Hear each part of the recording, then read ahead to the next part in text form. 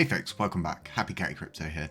So speaking more a little bit about the Alliance kind of module, everything around that, there is now a full documentation out on this of how it works, the guides, the technical specs, and all the ins and outs of everything across the board to do with it. So this is really good because it affects all of us.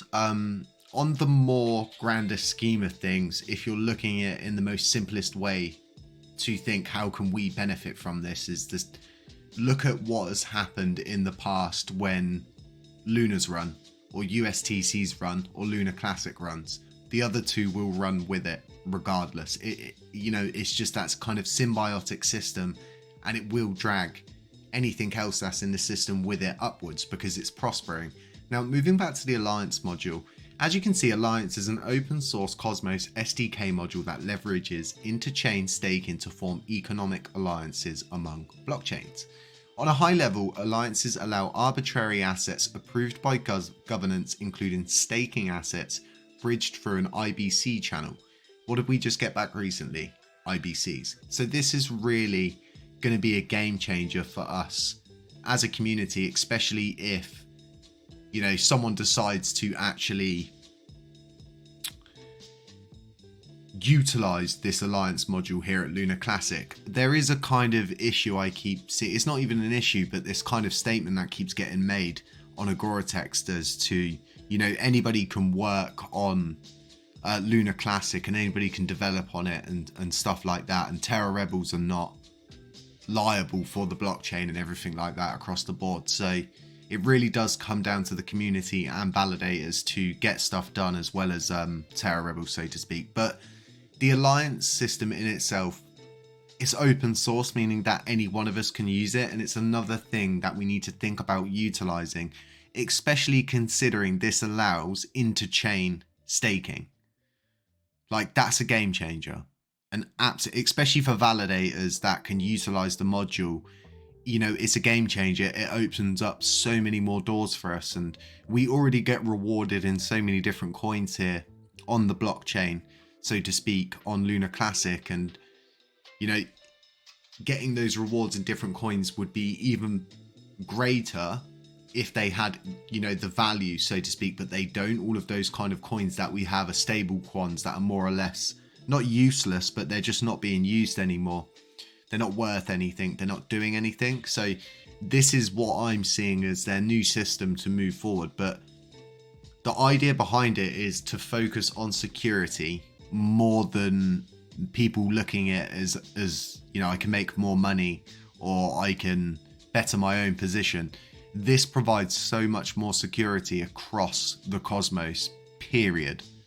So I'm going to leave a link to this in the description because I think it's very, very important that if you want to learn about this, then you should take the time to learn about it yourself, because what we see a lot of at the moment in the community is people who are like shoving stuff down people's necks and, saying to them, like, you're going to miss out in, this long, and, I told you so. And it doesn't work like that. You can't go at everything with that kind of approach. You really need to go very carefully and very considerately and make sure that you are explaining to people that, there was wrongs that were still made, regardless of a security audit saying, they made all of the kind of right decisions, so to speak.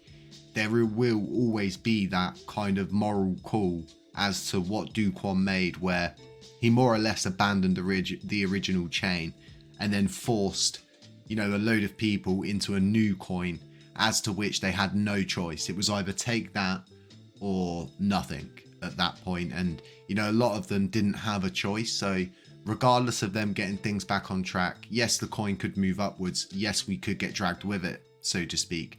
But at the same time, my standpoint is here and with Luna Classic. I'm not building to secure Luna's future. I'm building to secure Luna Classic's future. And I'm never ever going to get confused about where we're going and stuff like that. And, we lack, you know, real serious people here at Lunar Classic. There's people I keep seeing that are treating it like a meme coin. It's not a meme coin, treating us like we're a meme community when we're not. We need to be taken a little bit more seriously, and, you know, certain people just aren't helping that, so to speak. But there's so many good people out there that are helping. You know, you've got so many people on the top burners that are burning all the time. And I mean, look at what LUNC's done. They've done so much for the community.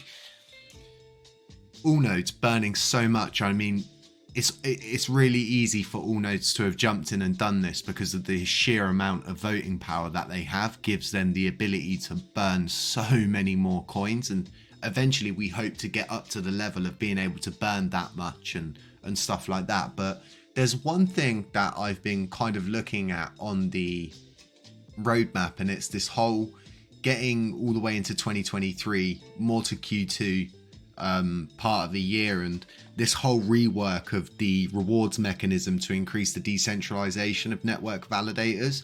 I really believe this is something that should be prioritized a little bit more. And, you know, the Oracle rewards pool really is not getting like any addressment. And I was reading for someone's proposal for the $4 million, would you believe it? Another kind of Agora text, not a proposal yet. But there's no mention of, you know, sending any funds to the Oracle rewards pool. It's always community pool this, community pool that. There will be no community if the pool runs dry. If our rewards pool is done, finished, why are you going to delegate? You're not. Why is a validator going to validate? They're not. Why are people going to build? Well, they're not. The better funded our Oracle rewards pool is, the more intricate projects that can be built around it, because we're building around our validators node here. That's the whole idea behind everything, is to keep building the kind of system that you're building out. And as you can see in the bottom left hand corner of the screen, we've got the HCC factory logo, and that's because we're building out on everything that we have built so far. We're not just like building something random then moving to something completely different. We're actually trying to build a system as to which we can cover quite a lot of stuff. But it's always been a learning curve for us here at HCC. The need for more projects to be building and stuff like that is just so heavily needed. Seeing Metagloria sell out on their rare eggs today is absolutely heartwarming, because a lot of people sit there and they buy them and they're like, yeah, so like, what are these even for? And I'm like, don't say that. So if you don't know, your Mujis are going to be used in the metaverse, the play to earn game, which is pretty much a metaverse in a sense and stuff like that. I think they are pushing towards that, but it's a little bit more complicated when you're creating a game that's going to be on mobile devices, smartphones, laptops and stuff like that. Really built to run at ease, so to speak. Really excited for next year because you've got so many good things coming, especially with Exodus, Lunar Burning Nights on top of Metagloria. You know, what more could we ask from other than asking more people to come and build, design things, bring projects forward. Don't be scared to, you know, get your project out there, chase it yourself, hire people, make deals, do whatever you need to do to chase your dreams. But don't ever sit there and think to yourself, you know, what could have been 5 years time from now. Don't ever sit there and think to yourself, you know, well, I could have done something back then and, you know, that could have really paid off now, but I didn't do that because I was, you know, thinking too low and too little of myself. Always chase your dreams, folks. That's probably one of the best things I could say to you or give you in like just life advice, so to speak. Huge shout out to everybody who has bought a LUNC Penguins NFT. The best part about that project was it was random. So the way they mint out is totally random, and that's how their scores are generated and the rarity and stuff like that. Watching the mint out like that was just, it was so cool for us to see. And, you know, so many people wanted to support that NFT project, get involved and be part of what is going to be an amazing future for that community. Now, like I've been saying, LUNC Blaze, we are going through so many different kind of brainstorming, different things and different ways that we can, you know, make LUNC Blaze the real deal, the real Shimuli, so to speak. And yeah, we're excited. 2023 is going to be a good year because Like a lot of the people that are getting involved now will be like building up funds, right? Especially validators. Anybody who's validating should be realistically starting to build up those funds and thinking to themselves, what can I use this for to better the blockchain? You know, and that's always my, you know, why I always say, you know, it's not good that we have, you know, CEXs that come and validate on our blockchain, but they're not doing anything, like they're not contributing, and we can't stop them. We can't put rules and regulations in place to stop them from doing it. It should just be like a common courtesy for them to not come into our backyard and pretty much, you know, bend us over and not give us a reach around afterwards. If you're going to come into our backyard, you know, at least help put the swings up, like help put the merry-go-round up, or, you know, help plant some flowers or something. Don't just come to stand and watch everybody else work whilst, you know, at the end then you sit there and go, yo, I was part of it. Very interesting to see how these CEXs more or less conduct themselves overall. I'll leave a link to the alliances thing. Like I said, I don't want to go too deep into this because of the simple fact of, you know, it's going to have a huge effect on us, but only if we utilize it, it will have that real huge effect. Other than that, we would just get dragged up by Luna's movement in the future, and it's just as simple as that. But hopefully someone at Terra Rebels has seen this, is looking at it and thinking to themselves, we could really benefit from this.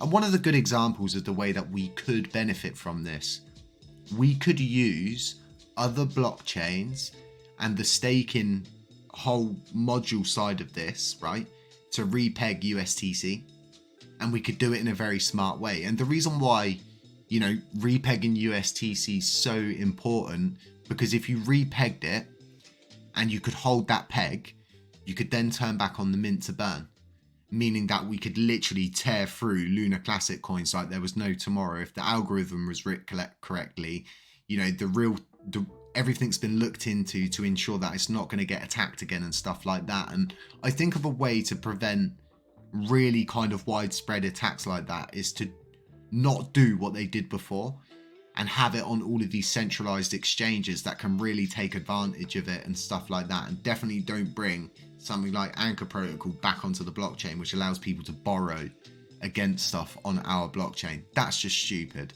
Doesn't make any sense.